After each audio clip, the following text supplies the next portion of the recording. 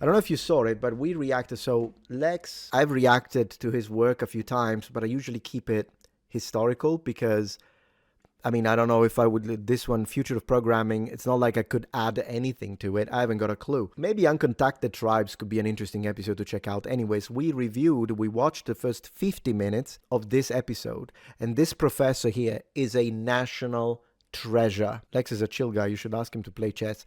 The way he sounds, I think he's going to wipe the floor with me at chess. Maybe if he wants to play a StarCraft or Heroes of Might and Magic. How about we watch a little bit of this now? Because this is he was talking about ancient civilization. I loved it.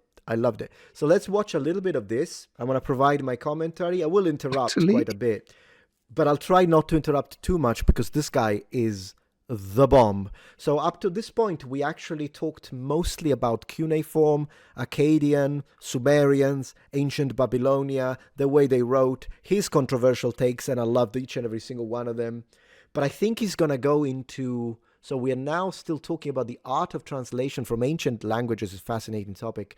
Then we're going to go into the gods. Guys, today we're going into the gods. And I have a few things to say, so that could be interesting. And then ghosts, ancient flood stories, Noah's Ark, the Royal Game of Ur, British Museum, oh, goodness gracious. And then evolution of human civilization. And if you translate he will in a literary text, he might, then the whole text is different. The whole text is different. Yeah, absolutely. So and they don't, my colleagues translate, it says in the grammar books, like that, automatically. There's no self-appraisal.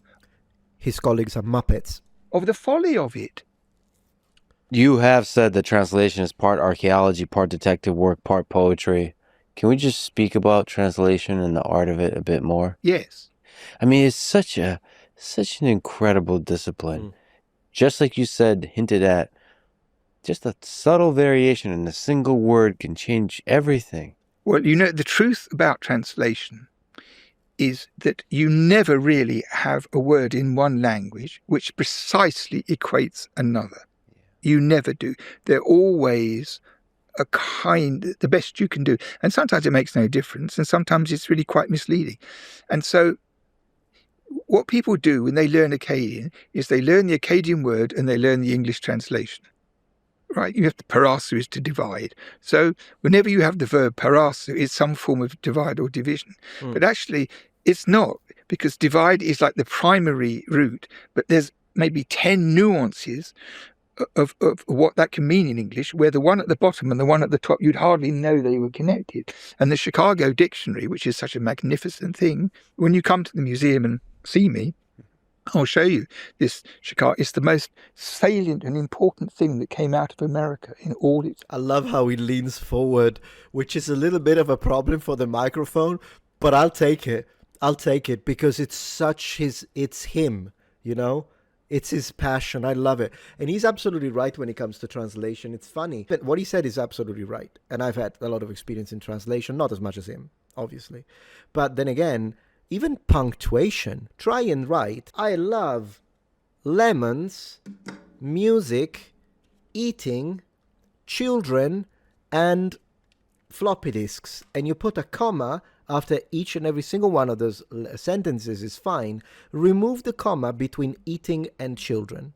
Now you're a monster. So, and that's just punctuation. Imagine actual complete differences in the way people think, like the actual matrix in your head. And I've noticed that a lot when learning a Far Eastern language like Japanese, or even when I picked up Mandarin as a minor. And then you start noticing it's not just a matter of which word represents what, but how do they say it? It's the Chicago Assyrian Dictionary, which is this long. There's only one rival to it for cultural importance, which is the electric guitar, of course. But the two of them, I think, are your countrymen's greatest achievements. It's the pride of our nation. I think so. Two things. The very thing. Chicago Dictionary. I'm sorry to take the tangent. What is the Chicago Dictionary? It started in the 1920s, and they made a dictionary of the Babylonian language, A to Z, so to speak. And it's as long as this table. It's a magnificent thing, and this big. And there, the people who worked on it were real translators, so they knew that it wasn't lexically A means B, but they had. So if you have something in a proverb, the meaning is going to be a little bit different from in a letter, and so people really understand Akkadian. They really do. But this thing about the modal verbs is an interesting conundrum to me, because there's no way it's reflected in the writing. So I can only assume that there was some kind of drawing out of the vowel in a verb, meaning could, like you were saying, you might do it, something like that. Anyway, so nowadays it's not a decipherment that's the job, it's just reading. And if you have lots of tablets to work on, like on a dig, it's very exciting if they come out of the ground and no one's looked at them before. It's your job. And if you're a competent Assyriologist, you should be able to sight read more or less, except most, say a letter or something like that, but most documents have some damage. So you have to learn how to interpret stuff. And also some literature is very difficult because of technical vocabulary, and they had technical vocabulary and unusual words. So you can do all. I think poetry is one of the hardest things to translate, by the way, because and jokes. Poetry and jokes are probably the hardest thing to translate, even in modern living languages, because I might translate it and you still don't get it. And vice versa. You might translate it to me and I don't get the joke unless I'm completely immersed into the culture and understand, okay, that's funny to them because this usually happens, or X usually said in this context, and then it makes all sense. But otherwise, the main difference is between literal translation and contextual translation. And contextual translation is always superior to literal translation, but literal translation also has its place, because it is important to know, okay, this is what it means in context, but what are they actually saying? Because once you do learn literal meaning of words, you be like, okay, so it's not that they're saying this, they're actually using this expression, and it's maybe has a connection to the culture and whatnot. So they're both useful, but whenever you want to get the meaning out of something, you've got to use contextual translation. It is a fascinating job. That's why if you take a book and you give it to 10 different translators, you'll end up with 10 completely different books.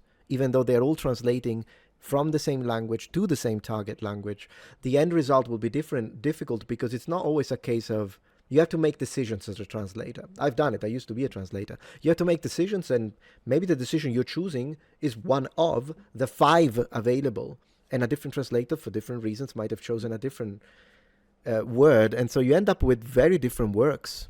I want to say a little bit about, since he spoke about Akkadian, I'm going to let him speak, but I do have something to say precisely about what he said, because we found it with my team when it comes to Gilgamesh and Enkidu, but I'll tell you in a little bit. Let's keep watching. All of that, you can kind of figure out the technical complexities. You can figure out the noise, meaning missing pieces. Yeah, sometimes you can calculate to what it ought to be, make a reasonable suggestion. And this dictionary, which I was talking to you about, is such a fantastic tool, because a lot of people worked on it for it was the National Endowment for the Humanities, and it was for decades and decades of work. And most of the world's best Assyriologists collaborated on it. So the quality of translation and understanding is really extraordinary. What are some things you've read from that time? Is there some jokes? Is there some love letters? There are 1 or 2 letters about from a chap to a woman about, you are very beautiful and your lips are like radishes and your ears are like walruses and things. But I mean, there are some things like that. And there's a kind of street drama in Babylon in 4th century BC, something like that, when there must have been actors who did this in the street. And it's Marduk and Sarpanetum, his wife, and another woman. Marduk's having an affair with this other goddess, and Sarpanetum is jealous, and the women fight in the street and hurl insults at one another, and slop bucket and all this kind of stuff is hilarious. And it must have been a bit like a sort of Verdi opera without the music, I suppose. I don't know, but anyway, it starts off when Sarpanetum is in the room and Marduk is in bed with this other goddess on the roof, and she can hear. You could say it was an eternal human issue. Yeah, love, heartbreak, jealousy, all of that. And between deities also. Yeah. Because deities are only modelled on human beings after all. So. Yeah, deities is a grandiose way of expressing human affairs, human behaviors, human ways. Yeah. Indeed. In the writing, what was their relationship to the divine? Relationship with the divine. Well, the first thing to... Believe it or not, the Romans actually had more of an invisible conception of gods, depending on the period. For the Greeks, it was very physical, though. Very physical. The idea of the gods being physically tangible. The Romans, it depends who you read. Depending on who you read, some do clearly connect to the Greek traditions, but others see the gods as something of an invisible force beyond the limitations of matter. So it really kind of depends. It's not all the same. Say is that they had a large pantheon of gods. Yeah, of course. So there were 3 gods at the top, sometimes called Anu, Enlil, and Ea. Mm-hmm. There were 3 gods at the top and hundreds of other gods and goddesses. And you have the situation that I think lots of small villages and towns had their old ancient gods, and eventually they all worked into a kind of theological system like a phone book, and the lesser minor gods were amalgamated, and then they were given jobs in the households of the big gods. So there was a sort of structure.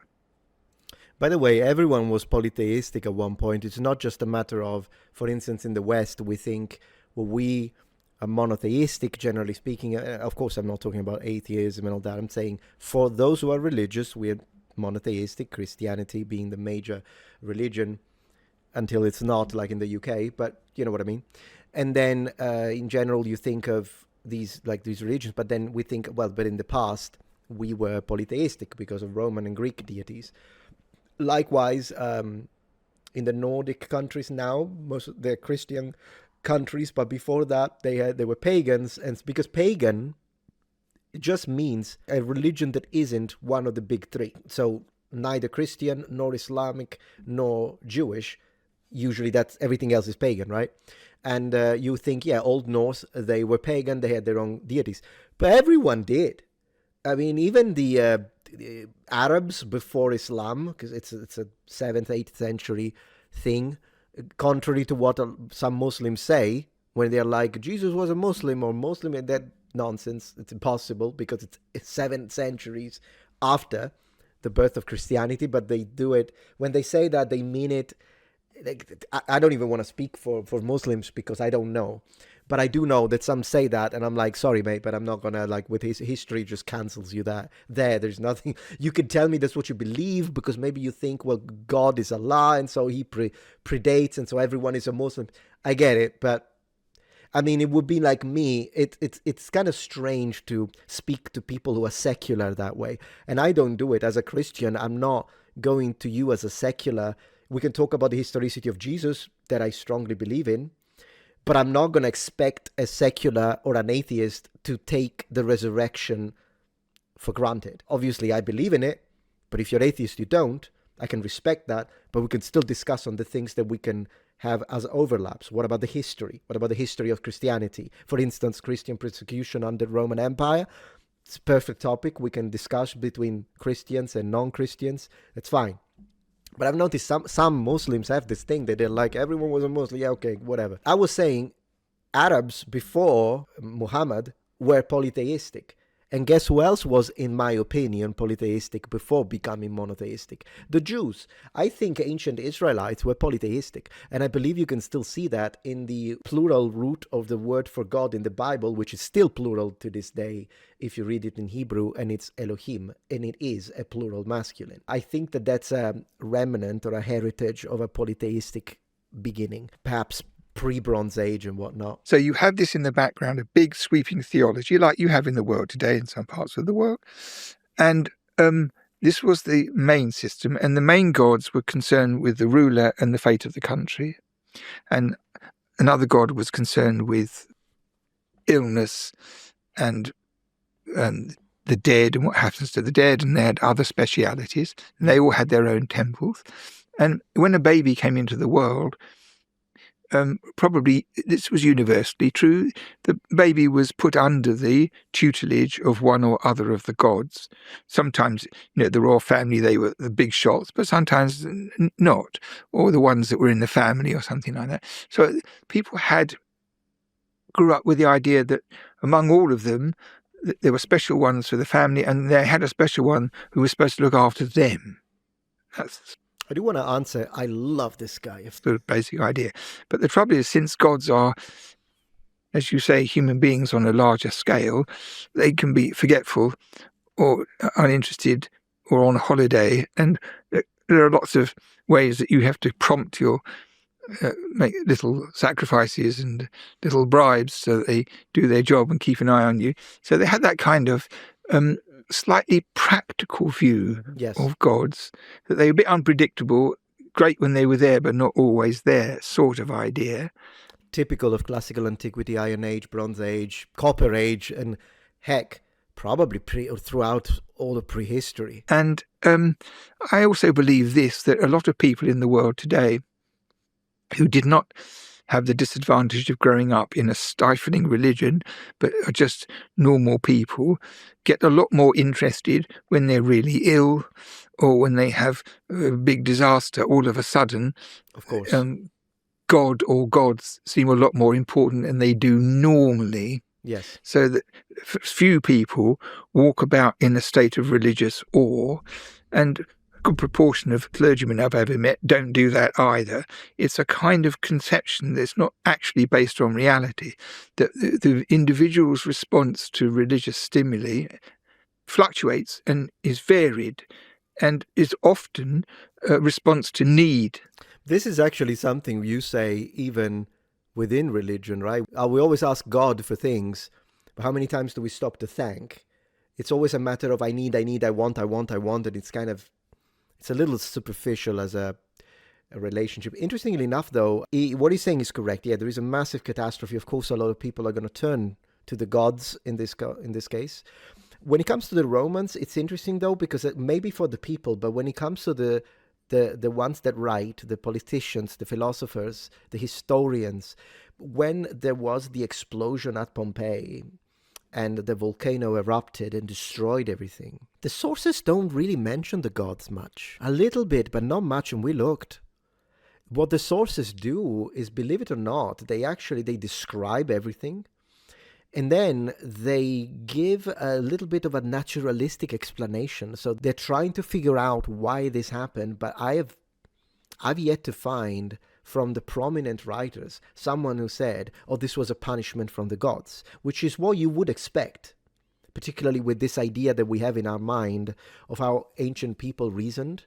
But the reality is, of course, there were religious people. A lot of people would have been religious, probably more than now. But then again, a lot of the times the Romans are very pragmatic. It's almost a science. And they get some things wrong, like they try to figure out at one point why like after there is lava or magma, lava, then the terrain after a while becomes fertile. And they're trying to figure out why, and they think it's the fat in combination with the ash. And they were wrong. Now we know. But it's fascinating how they are not saying, oh, it's the magic of the god Vulcanus. Not really, no. They're trying to figure out from a naturalistic perspective, why are things happening? It doesn't come from nothing. I mean, people don't suddenly feel, I've got to thank the Lord for the rainbow or something like that. Actually, the rainbow is a very important token and symbol in biblical. So yes, people did do that with the rainbow. The rainbow one, at least in Christianity, very important. Now it's a different symbol, isn't it? I think it's probably true today. I mean, when you read the investigations they make of religion today, Christianity in this country is on the decline because people who are supposed to be Christians say they aren't anymore. They're atheists. So the people who say, I go to church and I believe in everything, is a relatively small number of people. So now this is the situation, which is quite remarkable if you think about it. And Lord knows what the consequence will be for the human race, whether religion will balance out, whether it will die off. I honestly doubt it, though. I mean, look at what's happening in Iran. I mean, England is not a great representation for how the entire planet is going to move and what direction. And besides, I think the little Muslim line is going to go way up if they keep on that. I mean, right now, the most popular boy name in the UK is Muhammad. I'll leave it at that.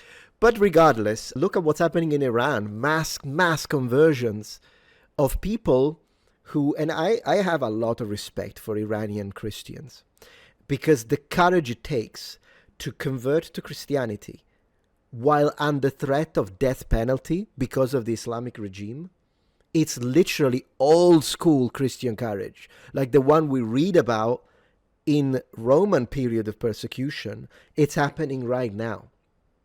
And in Nigeria, of course, it's happening as well. Who knows? I think it's an ancient technology that has proven across millennia to give a set of tools to humans to contend, as you said, with suffering. That's a part of life. So when those rare moments come, when you have to deal with deep pain, loss, suffering, heartbreak, all those things, looking up to the sky and asking questions and trying to figure out the answers in your conversation with the divine. I think that's true.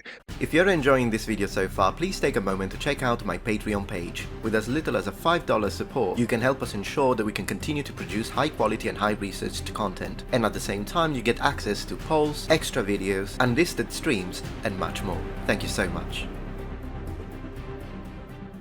But I think in Mesopotamia, it was different in terms of its potency and immediacy, because there's no skyscrapers in Iraq. You know, if you live in southern Iraq and you sleep on the roof, there are no lights at night.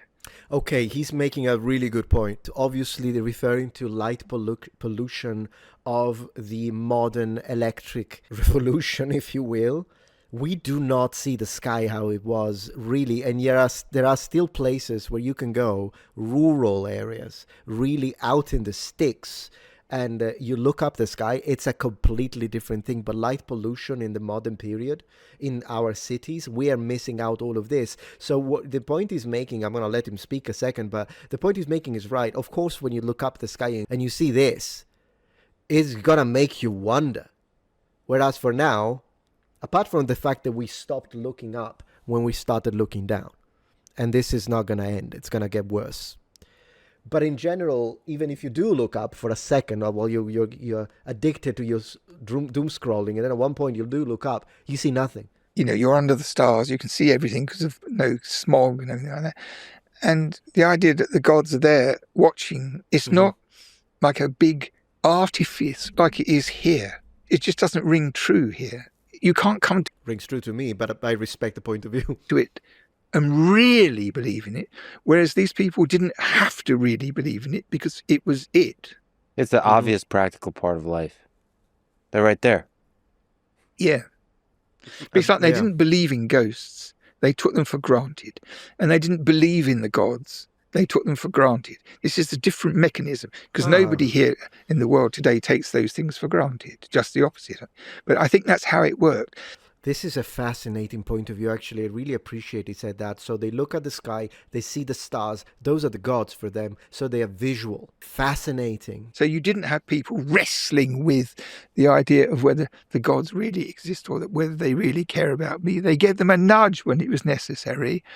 And they might offer this, they might offer that, but it was the system. It was the prevailing system. And I think it's an important difference. And also that thing about ghosts.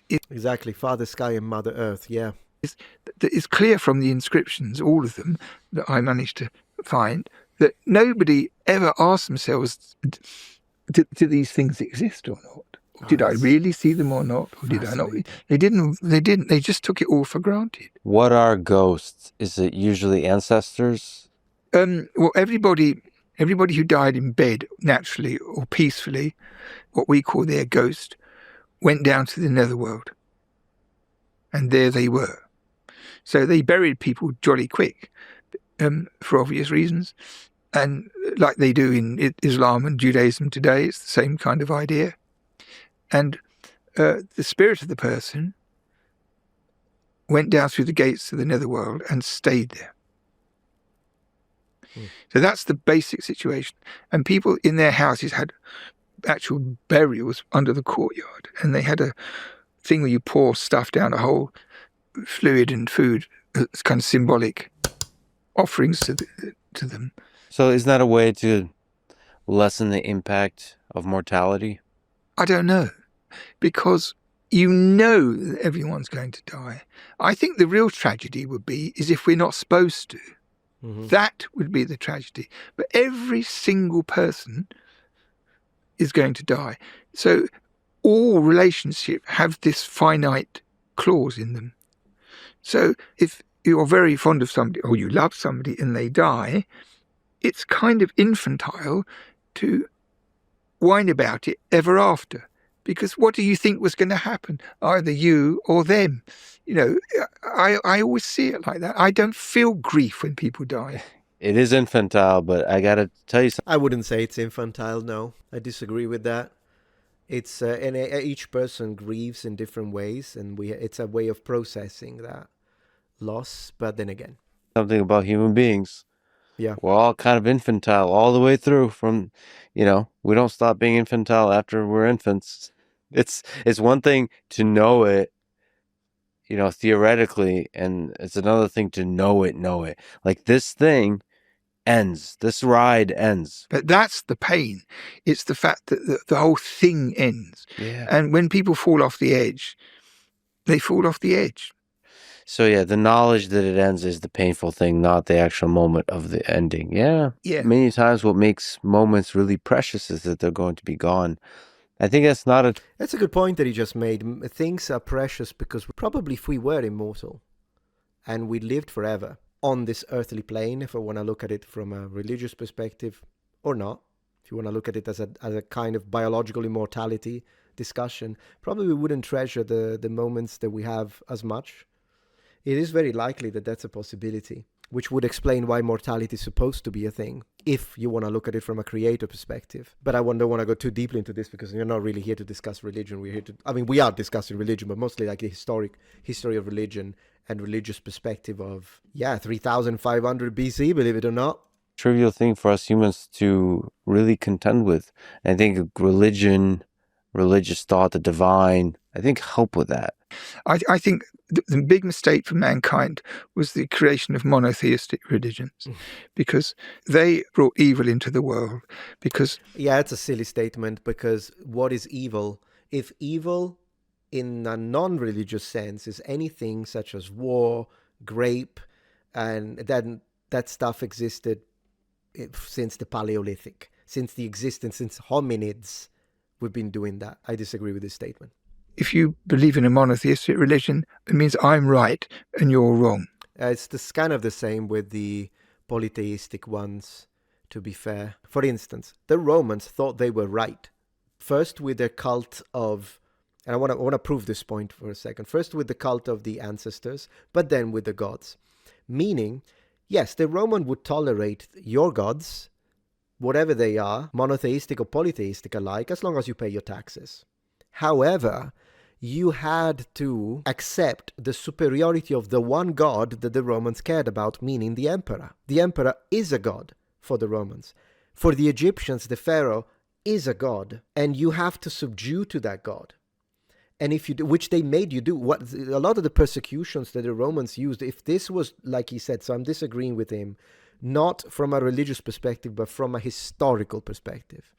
I don't think he has looked into this as much as he has with the Akkadian and other stuff. Because think about it. Why were the Christians persecuted? Not only they were persecuted, but because they were considered to be a possible threat. Too many people are believing in this Christian God in Rome. We can't have that. But why can they not have that? Because if you submit to another God, you're not submitting to Octavianus Augustus, and then Tiberius, and all the rest, Claudius. And that's the problem. That's why a lot of the times that's what they did. You want to live? Admit that Octavian is the one God above all other gods. He's the one. And then if they didn't, they got offed. And it's a similar situation in Japan. Japanese weren't Christian. They persecuted the Christians. It depends on the warlord. Some warlords became Christian in feudal Japan. Some warlords were sympathetic towards Christian monks, whether it be Portuguese or Dutch. And then others were strongly persecuting Christians up to annihilation and martyrdom. They weren't monotheistic. They still did the same stuff. So the statement is historically incorrect. If you don't. So it's already on that footing. It's very dogmatic, yeah. Dogmatic, and it's led to everything. There's inquisitions and this, all this kind of stuff. It's all... Inquisition is often exaggerated, and do keep in mind, people think, he didn't say it, not responding to him, but a lot of people consider Inquisition a medieval thing. Most of the Inquisition happened after the Middle Ages. There was a little bit of Inquisition in the Middle Ages, but all the witch trials, a lot of that is post-medieval. It's early modern era, and the numbers are not as much as they say. It's still an awful thing, don't get me wrong, but just so we're clear. As a result of it, that one religion is superior and the other should be stamped out and all that. And in my opinion, the monotheistic religion has generated the most fantastic amount of non-religious feeling. Whereas when you have all the different gods and they have different specialities, and the ones you like and the ones that everybody likes, and they have their temples and their offerings, it was very interesting to me to go into a temple in Calcutta when I went there with my wife Joanna. We went into the temples and saw how they were, and I think they must be very much like the ones in Mesopotamia.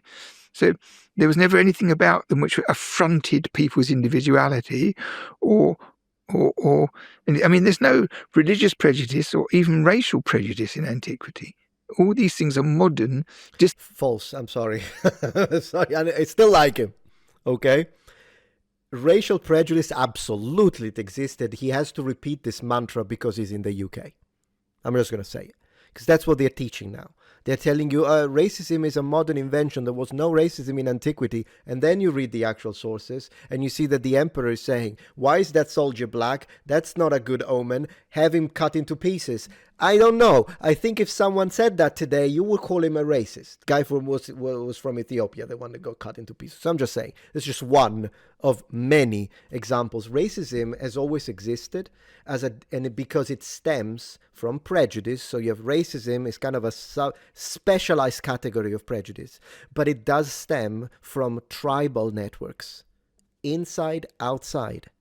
My tribe, my language, my culture, my material goods, your tribe speaks funny, looks different, possible enemy. It's really that simple. And it's prehistoric. When it comes to the idea of racism, but then he was also talking about, if you have multiple gods, then you're going to be fine with foreign gods. I mean, read the Old Testament. In the Old Testament, I know you're going to be like, but that's monotheistic. Right, but then again, it's not like the enemies of Israel were happy that the Israelites were worshipping Yahweh. No, it's nonsense. This is kind of we need to say that. I'm surprised he's actually, one thing I'll give him though, considering he lives in the UK, I know he has to say this, but he did put all Jewish, Christians and Muslims as monotheistic religion are a problem. I'm surprised because usually in the UK, they only bash Christianity. So at least the guy is being coherent in his incorrect position, but at least he's not being like, I'm just gonna bitch about Christians, which is usually what happens. You know me, I just tell it how it is, guys. Advantageous matters. If you think what's done in the name of religion, it is absolutely staggering. So let's go to literature. Okay, because they're changing topic, I need to say one more thing then before we continue. Let's think of a moment. What would happen if we were to remove all religion completely? Would we have heaven on earth? Ask the USSR under communist rule under Stalin, because religion was absolutely removed. We got millions of dead. So I'm starting to think the problem isn't religion, the problem is humankind. Because otherwise, and before you tell me, but it was utopically communist, but actually was socialism because communism was never reached. Yeah, they were communists. It's just semantics, but whatever. Right, socialism. It should have been the perfect utopia. Millions. People ended in the gulags. It doesn't sound like religion is the problem, is it? North Korea is another example. Absolutely, yeah. It's just, I get it. I understand. Religion has caused a lot of wars. It's true. Absolutely. There's a lot of religious violence. Given not all religions are equally violent, though, and that's another thing that pisses me off, because tell me now, not only we know which religion is the most violent, it doesn't mean that every Muslim is a violent person. Obviously not. I'm not an idiot. I understand statistics. But if we have to put into a scale right now, what not in the Middle Ages, right now, which religion, are all religions equal in the type of violence that they bring from the extremist types on the nut jobs within the No, because you will have a few Christian extremists that will blow up a clinic, or someone like was it in New Zealand, the guy that started shooting with the, I think it was a New Zealand guy. Sure, they exist too, but look at the numbers. And I'm not even saying that Christianity is the least Taoism. Are we really going to say the Taoist has the same level? Taoism and Taoists have generate the same number of violence and death worldwide every year as every other religion. Come on. It's just, it is what it is. Because we didn't really mention literature much, except Okay. you did briefly mention Epic of Gilgamesh. Gilgamesh. So that was written in cuneiform. It's one of the earliest works of literature. That's right. Can you tell me about this work? Please. Yeah, well, we know it best from this Assyrian library set of tablets. There are 12 of them. It's a 12-tablet work, so it's quite long. And Gilgamesh is the hero of it. But the literature, we know it from earlier texts, and we know that Gilgamesh lived. He was a real person. He was a king in Uruk, and he was one of those people who... Uruk is one of the most important city-states. ...lived after their death in the world, like Alexander, for example. So there were stories about Gilgamesh when he was alive. There were stories about him afterwards. And firstly, they were oral literature, not written down at all. And then around the 1800s, people started to write them down in Sumerian or Babylonian. So there was a corpus, and eventually they were woven into this long 12 Homeric type thing about the adventures of Gilgamesh. So it is certainly literature, and it's to do with humanity and immortality and man in the hands of the gods, and incorporates lots of interesting, exciting stories. It's a very Hollywoody kind of thing. And you can see within it, even in the sophisticated Nineveh version, its roots are in oral literature, because when somebody speaks, it says Gilgamesh opened his mouth to speak and addressed his friend Enkidu, and then there's a speech, and then Enkidu opened his mouth and addressed his friend Gilgamesh. Well, when you're reading a story, you don't need that, and that must be because of when there was a enacting of an oral thing, a narrator would say, and it suddenly got frozen into the text. So it's a very strange thing, because if you're reading it, it's obvious that one person speaks and the other person speaks, and they always have this complicated thing stuck in the text. So it must be an echo of, presumably you have your protagonists enacting their timeless matter, and the person who's writing it down says, and then Gilgamesh said, like in a script. I mean, what can you say about... Interesting. It could also be a literary device. So I'm not questioning his understanding of the text, but I am saying when he says, well, obviously this is who he's speaking, so the only reason why they would be so pedantic about it and telling us, that this is he opened his mouth, it's only because it might have been some kind of play. Maybe that's what he's saying, like theatrical, maybe, or maybe it's just a linguistic device that is simply different to the way we do things now, considering it's been 5,000 years. But regardless of that, I'm not even gonna... One thing I do want to say about Gilgamesh, I'm just gonna say it, guys, not that it matters, but people often bring it up. Let's just put it out there. I truly believe, having read the text, that Gilgamesh was bisexual, because as you know me, I've debunked LGBTQ activism like a maniac, because they piss me off when they change stuff. It's like, no, this character wasn't gay, shut up. But when it comes to Gilgamesh, when you read it in text, let me tell you why. Because, and it connects with what he said earlier on, when he was explaining that sometimes there are some cultural references that you might not get if you translate literally. If you see the dream that Gilgamesh has when he's having this dream, and he sees this axe, and the axe comes from the sky, and then he has sex with the axe, it sounds weird. But then there is the connection to the fact that that axe is a representation of Enkidu. Thing is, though, axe is a sound in this language that doesn't just mean pronounced the same way, almost the same way. It means two things. It can mean axe as the tool, or axe can be the word for a male prostitute. So there is when you read that, you're like, yeah, I think this guy was into anything. He was the king anyways. He could have anything he wanted, and this is pre-Christian anyways. So it shouldn't really surprise us that this guy was like, if it breathes, I'll F it. It's just pretty Gilgamesh, yeah. To me, did they ask for consent? Goodness gracious.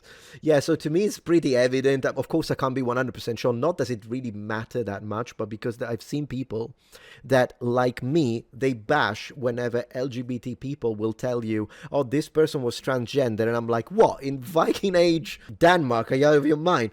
So, yeah, that's nonsense. But when it comes to Gilgamesh, they do have a point. That's pretty gay. I'm just going to leave it at that.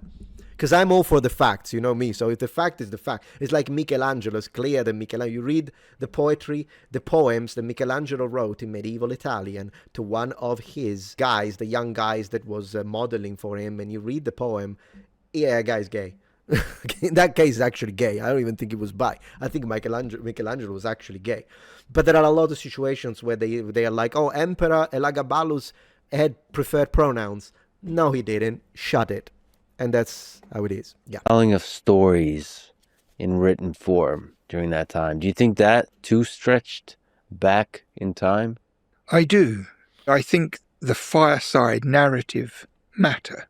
You know, when we were kids, it would be twerps with a guitar sitting around a fire on holiday. But that mechanism, when people gather after dark, when there is a fire and talk, is the sort of environment where narrative accounts flourish naturally among human beings. Stories, telling a story. And it doesn't have to be pragmatic. It can be literary in a way. Yeah, either a human person like Gilgamesh or stories about the gods, and someone sees the Milky Way and they think it's a god riding a chariot up it, and then they have a story about, you know, and all those sorts of things, or whatever it would be. But I think probably you have to allow for a strong creative principle surfacing in Homo sapiens at a quite early age, because the paintings on cave walls, you try drawing a running antelope in colour on a wall. I mean, the quality of the workmanship, of the artistic ability, is unsurpassable. Yeah, Denisovans have some interesting jewelry. Have you ever seen it? I imagine Neanderthal must have had some form of art as well. Not just good. So how is that an explicable thing at this very early date? It means that among all the population, you have imbeciles and Einsteins, and somewhere along the line, you have Rembrandts. And I imagine that half the cave paintings in Europe were done by one person. I mean, you get the impression every family had a genius painter. It's impossible. Probably there was a person who went from place to place doing these paintings because they were so could draw straight away accurately like that. So one thing I'm noticing about his approach to interpretation, I would love to have a conversation with him, by the way, because I love the way his mind works. But I do want to say he does have a lot of, if this makes sense to me logically, it probably is how it went. Now, this is interesting for speculative discussions, but what he just said now, it's a little, I know he's speaking in hyperbole, I understand. But who knows? Maybe it was a technique that was shared. I mean, up to a certain extent. Who knows how much in the Paleolithic or in the Mesolithic, maybe Neolithic after the farming revolution. Who knows, people had more time because they had more food. Maybe more people, when it could have been a cultural thing to sit down, and that's speculative on my part, by the way. But that's what I'm saying. When you speculate, you could speculate in a million different ways, and you can come up with it. He's saying, no, all these people didn't have an Einstein per how many households. So, like, you have one guy for 15 tribes, and he is the only one who actually always paints the same stuff. Maybe, or maybe it could be that as a cultural thing, you know, just like the entirety of the population of Japan knows how to write kanji, which is an art form, maybe it's something like you all have to know how to draw a freaking deer. Maybe it's a cultural thing that you kind of take as a little bit of a class. In the Neolithic, problem is both of our statements now are based on pure speculation base that is coming from, we're trying to logically come up with something that makes sense in our head. But unless you cite it with material goods, material evidence, literary evidence, someone at least mentioning that, then it's all up in the air. Okay, it has no scientific validity apart from it's good food for thought. They are a distillation of creative artistic ability plus skill. So this is right at the pretty early stage, is it not? The cave painting material. Yes. So if you consider the human stock, which encapsulates such ideas ever after then you have to reckon with that. Very creative people. Yes. So the function of stories to tell the young and about what happened and about famous battles, or when the flood came, or how people learned to make fire, or how we invented the wheel, all those sorts of things everybody puts down as big, but that's presumably what absolutely happened. You see, that's the thing. When he says presumably, absolutely, the two things don't really go together. But I enjoy what he just said now, and I agree, because even though I'm complaining a little bit about that's absolutely 100%. No. But then again, I do agree with him, though. I do think he's right when it comes to this one, possibly. And that's because they didn't have writing. It's a prehistory, so of course they're going to draw it. They're actually going to tell you about it. So oral tradition. Or what's the other option if they can't write? It's to draw it. I'll draw you a picture.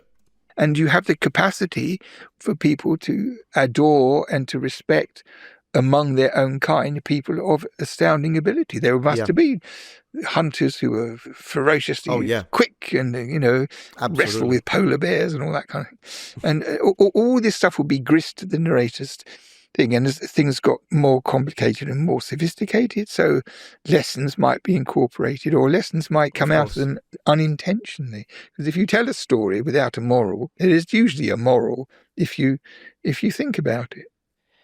Yeah, I'm not sure about the polar bears, but yeah. Many of those stories are sadly lost to time or not yet found. Most, not even many. You mentioned floods. Let's go.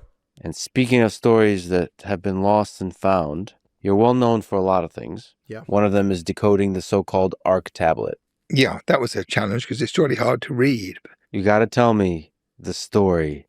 This ancient Babylonian clay tablet dating 1700 BC, which contains a flood narrative that predates the biblical story of Noah by 1,000 years. At least. Fascinating. Okay. Well, you got to tell me the full story. The full story is like this.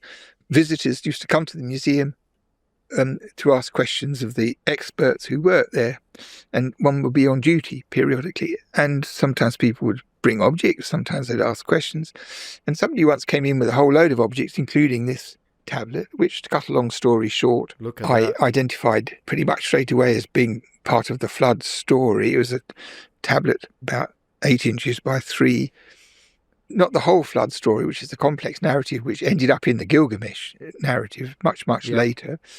But this one was an early narrative in which the point was taken up where the gods in heaven had decided that the population of Mesopotamia needed to be wiped out because they were so noisy. This was the expression. I can relate with that. I mean, I think the gods have a point. And the gods couldn't sleep after lunch, sort of thing. So they decided they would wipe them out and create something quieter that worked harder. So this was the basic mechanism, and they had different ways of doing it. And then the most effective one was they were going to send a flood to wipe them all out. And one of the gods, the number 3 in the triumvirate, thought this was a deplorable idea, so he took it upon himself to warn this person called Atrahasis, who lived in Mesopotamia, to build a boat to rescue life when the waters came. And in it, he told him the shape of it and the materials he would need and how much he would need of the materials, so he could do it safely. And in the 60 lines of the tablet, all this stuff was there. It was like a blueprint to build this boat. And it was extraordinary because it was round, the boat. And everybody who knew their Bible, the ark's sort of coffin shape kind of affair, and nobody thought of it being a round boat. And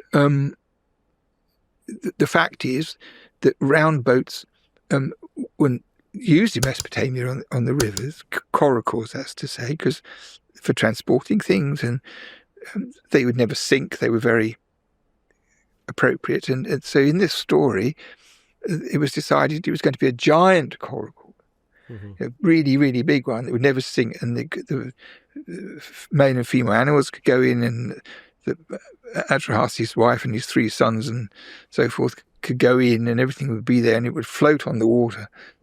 And when it came down, they said, we'll start all over again. So it's got very many points in common with the description of the flood in Genesis. And of course, so did the one in Gilgamesh. So in 1872, there was a Assyriologist in the British Museum called George Smith. And that was before the most common name was Muhammad. George is now number 5, I believe. 4, maybe? He was a very, very talented reader.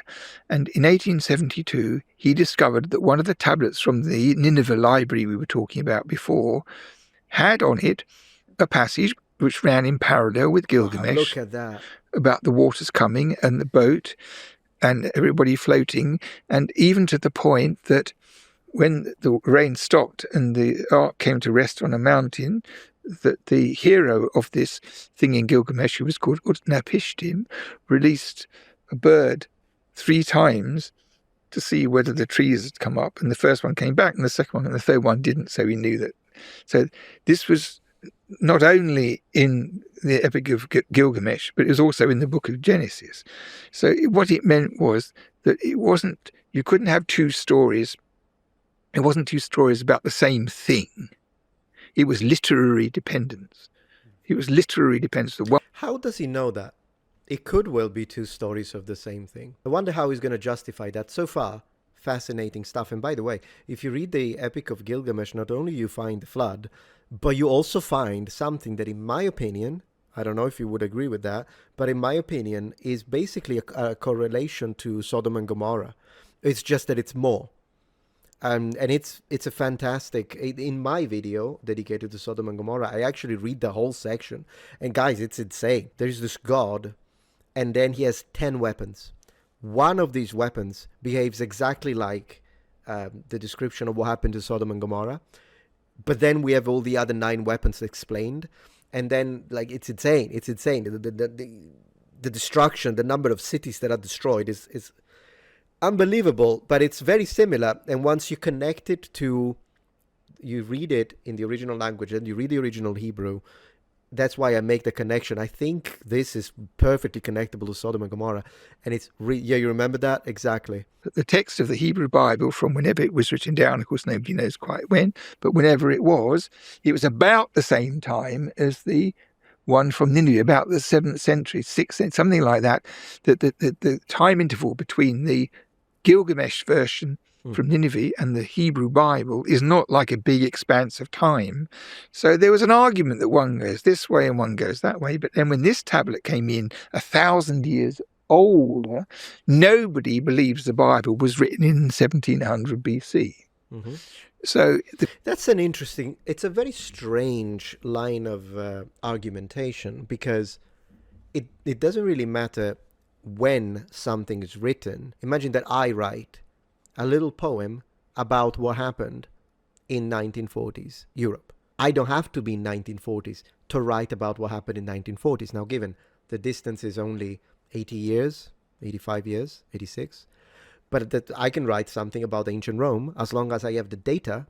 Now there is 2,000 years of distance between me writing and the events that happened.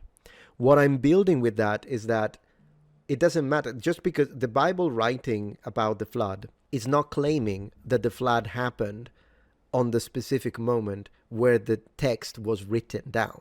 It could have, like, otherwise, how can they write about Adam and Eve? Adam and Eve clearly happened before, but then it's written down and told the story. So I don't see that as, just because this one is a thing. As far as we know, the whole flood situation could predate all of the writing, just like Sodom and Gomorrah could have happened, who knows when.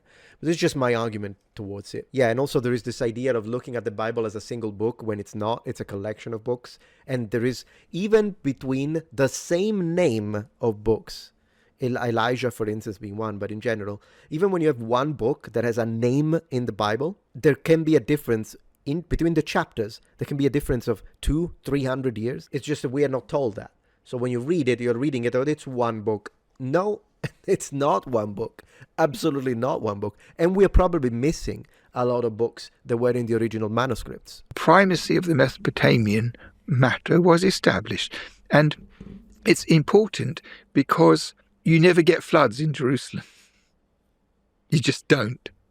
But in Mesopotamia, they had floods. The rivers, sometimes there wasn't enough water, sometimes there was too much, sometimes there was far too much water. So the mechanism that the waters could be used as a destructive force by the powers that be is a plausible Mesopotamian mechanism. And is based in a sort of sense, in my opinion, in reality. I think there must have been some tsunami once. Most people were drowned. And that I agree. I do believe that I don't think it necessarily belongs to one culture or the other, but I do think that whenever we read stuff about like Sodom and Gomorrah, or whenever we read stuff about the flood, I do think there is a catastrophe that happened, and it's stuck in the memory of our species, and we passed it down generations and generations. Those who survived were in boats, obviously, and then afterwards nobody ever forgot it. And it went on and on. So and you mean on. there actually could have been a catastrophic event of a large scale? Not the whole world, because people... But just enough to imagine. Yeah, sweeping down to the Persian Gulf, and, the flat plains, everything would be destroyed, all the houses would be destroyed, animals would be drowned. And this is an incredible discovery. Do you think it's possible that this is the original? There are flood myths in many cultures. I believe this. The Mesopotamians had a deep-seated horror of dependency on water when they couldn't control it. They were fearful of it. And they had a rainbow in Babylonia, like in the Bible, as a proof that the disastrous flood would never happen again. But I think there must have been one episode of this kind, maybe 5,000 years before the tablet, 10,000, it doesn't matter. Because with the passage of time, nothing happens in that part of the world. So exactly. Precisely my point. It's an ancient occurrence that multiple civilizations, it was so significant. It could even be the Younger Dryas at this point, if you really want to look into it that way. Who knows? Something will be alive, grandfather to grandson, before you go to sleep. And remember, my boy, you only have to be careful, because otherwise, and all that stuff, for sure, bogeyman stuff, it never quite died out in their conscious minds. So I agree. I think that when the Judeans from Jerusalem, after the destruction of the temple and by the Babylonians and the rout of the priesthood and everything, the king and the others went overland to Babylon as refugees, and they had to live there for 3 generations of time under Nebuchadnezzar's reign. So I believe that the text of the Bible was written then, because if you read the Bible attentively, which I can't say I do on a regular basis, but if you do read it dispassionately, you have the mechanism that the early books of the Bible explain to the reader how it is that these people are in such a mess, because they're supposed to be the chosen people doing all that. Look they haven't got a temple, they haven't got a country, they're washed up and everything like that. So I think that what happened was it's a complex thing, but the Judeans from Jerusalem, they spoke Hebrew, but they also spoke Aramaic, right? The 2 languages, their sister languages. And the Babylonians spoke Babylonian, and they also spoke Aramaic. And they all wore the same kind of clothes, and they all had brown skin. The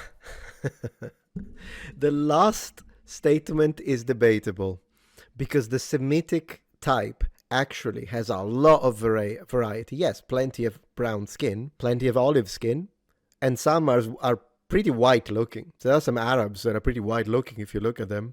Depends. And when all these refugees from Jerusalem were milling around in Babylonia, they would have intermarried and disappeared within no time at all.